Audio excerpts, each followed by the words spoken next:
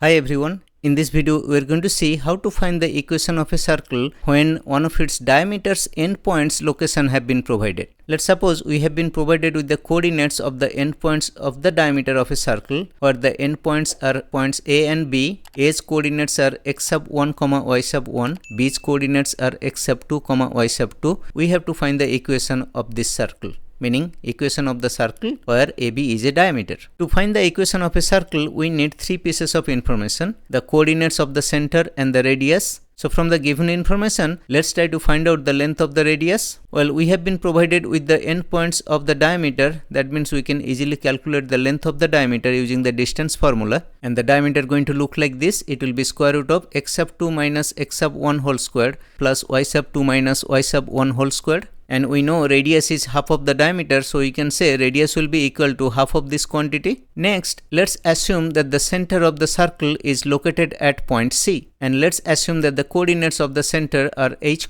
k. H is the x coordinate and k is the y coordinate. Now, since center is the midpoint of diameter, using the midpoint formula, we can easily calculate the value of h and k. H can be written as x sub 1 plus x sub 2 over 2. And similarly, k can be written as y sub 1 plus y sub 2 over 2. That's from the midpoint formula. Now we have found out the radius and the coordinates of the center. So we should be able to come up with the equation of the circle. Let's begin with the fundamental form and then let's plug in the values of h, k and r. Once we plug in the values of h, k and r, our equation is going to look like this. And if we simplify this a little bit, our equation is going to look like this. And after this, I am going to multiply both sides of the equation by positive 4. Then the denominators will disappear and our equation will look like this. Now I am going to expand the whole squares. For the first whole square on the left hand side, the expanded form will be like this. And the expanded form of the second whole square will be like this. And then on the right hand side, if we expand them, they will look like this. And then let's simplify the left hand side a little bit. So the left hand side of our equation will kind of look like this. And then on the right hand side, I am not making any change in this step. So I kept it as is. Next, you can see that a few terms on both sides will actually cancel out each other, like x sub 1 squared, x sub 2 squared, y sub 1 squared and y sub 2 squared. They will cancel out each other on both sides. And then if we bring everything to the left hand side, our equation is going to look like this. The x terms will look like this and the y terms will look like this.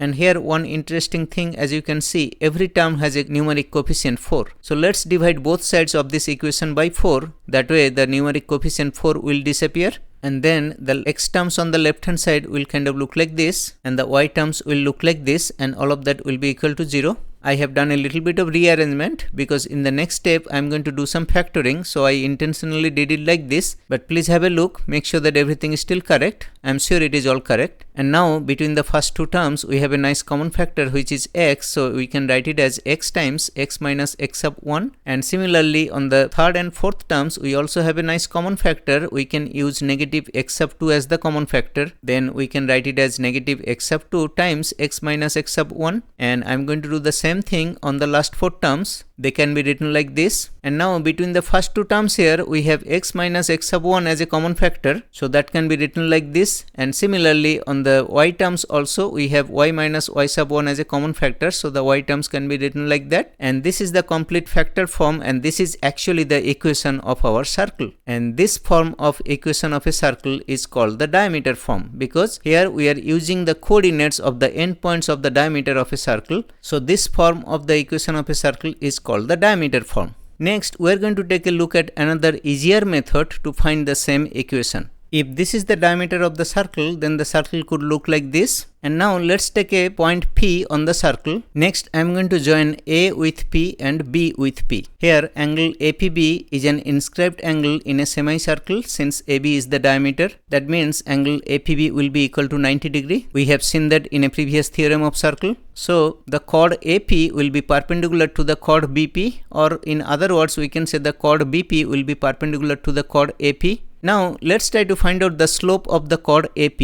Using the formula of slope, we can say that the slope of AP will be equal to y minus y sub 1 over x minus x sub 1. And similarly, the slope of the chord BP can be written as y minus y sub 2 over x minus x sub 2. And we know that BP is perpendicular to AP. From a theorem from the chapter straight line, we know that the product of the slopes of two perpendicular lines is equal to -1, and we are going to use that concept here to derive the equation of this circle. And now that we know the slopes of the two chords, if we multiply their slopes, that will be equal to -1, since those chords are perpendicular to each other. So that's going to look like this. The slope of AB times the slope of BP will be equal to -1, and if we cross multiply, if we multiply the denominator with the right hand side, then our equation going to look like this. And now let's bring the right hand side term onto the left hand side, that will become positive. So our equation is going to look like this. And that is the desired equation of this circle. This is the diameter form of the equation of this circle, and this looks exactly same as the equation that we derived in the previous step. So here you noticed that how easy it was to find the equation of the circle. However, in the previous step we derived everything from the very fundamentals, and here we are using some special trick to derive the equation. So whichever way you derive really does not matter, whichever is easier for you, do it. This is in fact the easiest way of doing it, but still I wanted to show you the fundamental way of doing it, so I have discussed both the methods here.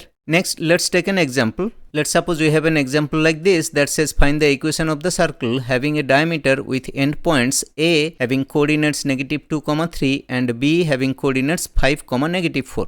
So we have been provided with the coordinates of the endpoints of a diameter, and we have to find the equation of the circle. To solve this question, we are going to use the same diameter form of the equation of circle. So here, what are the information provided? Well, x sub 1 is equal to -2, y sub 1 is equal to +3, x sub 2 is equal to 5, and y sub 2 is equal to -4. So let's plug in these values in that equation.